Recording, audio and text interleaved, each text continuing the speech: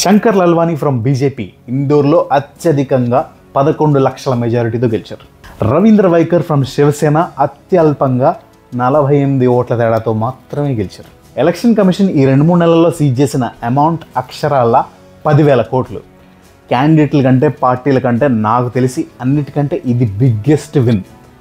Imagine ఆ 10,000 కోట్లు ప్రజల్లోకి వెళ్ళుంటే ఎన్ని తారుమారులు జరుగుండేవో. ఇండోర్లో నోటాకి 2 లక్షల ఓట్లు పడ్డాయి. చరిత్రలో బహుశా ఇదే highest. Hats off to Indore people. One of the biggest surprise shock, Amritpal Singh అనే ఆయన జైలు నుంచి కాంటెస్ట్ చేసి అద్భుతమైన మెజారిటీతో గెలిచాడు. ఎలాగో తెలియదు. సురేష్ గోపి చరిత్ర సృష్టించారు. కేరళలో మొట్టమొదటిసారిగా బీజేపీ ఎంపీ సీట్ గెలిచింది. అడామోనే ఇది ఎంగిన సాధ్యమాకో. తమిళనాడులో ఒక్క సీటు కూడా గెలవకపోయినా బీజేపీకి అతిపెద్ద పాజిటివ్ పాయింట్ వాళ్ళ ఓటింగ్ పర్సంటేజ్ 11%కి పెరిగింది. దీన్ని సరిగ్గా క్యారీ ఫార్వర్డ్ చేసి అలయన్స్లు పొత్తులు అన్ని కరెక్ట్గా పెట్టుకుంటే మినిమం 15 సీట్లు సాధించే అవకాశం ఉంది. ఆంధ్రప్రదేశ్ రాజకీయాల్లో మొట్టమొదటిసారిగా థర్డ్ ఆల్టర్నేటివ్ ఫోర్స్ ఎదగడం, ఎన్నికల్లో స్ట్రాంగ్గా గెలిచి నిలబడడం మొట్టమొదటిసారిగా చూస్తున్నాం. రాజమహేంద్రవరం జైలు నుంచి పాజిటివ్గా బయటకు నడుచుకుంటూ వచ్చి బీజేపీ మద్దతు లేకుండానే డైరెక్ట్గా కూటమిని అనౌన్స్ చేయడం, ఆ తర్వాత బీజేపీని ఒప్పించి ఈ ఎలక్షన్ని ఇంత కాంపిటేటివ్గా ఇంట్రెస్టింగ్గా మార్చడం, ఫైనల్లీ చారిత్రాత్మక విజయానికి కారకుడు కావడం. అందరూ అంటున్నట్టుగా game changer of Andhra Pradesh politics. The only biggest phenomenon that happen to Andhra Pradesh post senior NTR, mister Pawan Kalyan. ఎలక్షన్కి 2 వైపులా చూసేసాం కాబట్టి ఫైనల్గా కొన్ని మాటలు మాట్లాడుకుందాం. ఈవీఎం ట్యాంపరింగ్లు చేయడం వల్లే పార్టీలు గెలుస్తున్నాయి అనే వాళ్ళ నోళ్లు పర్మనెంట్గా మూసే టైం ఇది.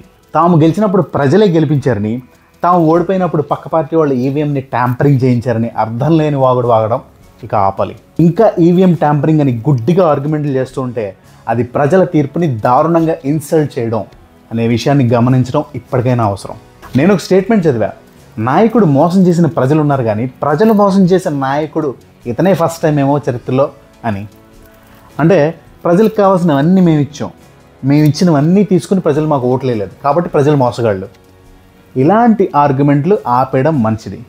ఇది కేవలం అవివేకం మాత్రమే కాదు, మూర్ఖత్వం కూడా. ప్రజల్ని ఎప్పుడు తక్కువ అంచనా వేయద్దు.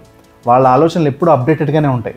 ఒక రాజకీయ నాయకుడిగా వాళ్ళు ఏం ఆలోచిస్తున్నారు అనేది తెలుసుకోవడం మీ బాధ్యత.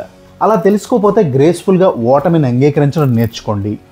లేదంటే ప్రజలకి ఏం కావాలో ఇకనైనా ఆలోచించడం మొదలుపెట్టి ముందుకు వెళ్ళండి పాజిటివ్గా. ఆంధ్రప్రదేశ్లో న్యూట్రల్ ఓటర్ గవర్నమెంట్ని డిసైడ్ చేస్తాడు అనేది ఇంకొకసారి స్పష్టమైంది.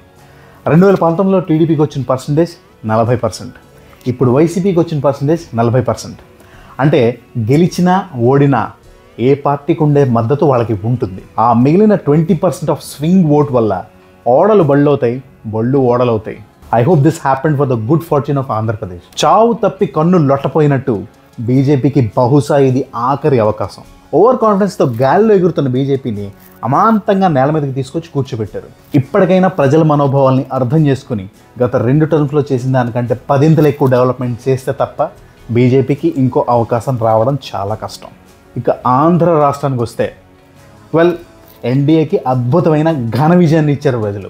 నాకైతే ముందుంది మొసళ్ళ పండగ అనిపిస్తుంది. ఎందుకంటే ఆర్థికంగా ఎంతో వెనుకబడిపోయిన రాష్ట్రాన్ని, వెల్ఫేర్ని, డెవలప్మెంట్ని బ్యాలెన్స్ చేసి పోలవరం లాంటి ప్రాజెక్ట్ కట్టి అమరావతి లాంటి క్యాపిటల్ని 5 ఏళ్లలో పూర్తి చేయడం almost an impossible task. So I think Chandrababu Naidu గారికి, పవన్ కళ్యాణ్ గారికి వాళ్ళ లైఫ్లో అతిపెద్ద biggest challenges coming up. I hope they grab this challenge positively and come out with flying colours. జై ఆంధ్ర, జై హింద్.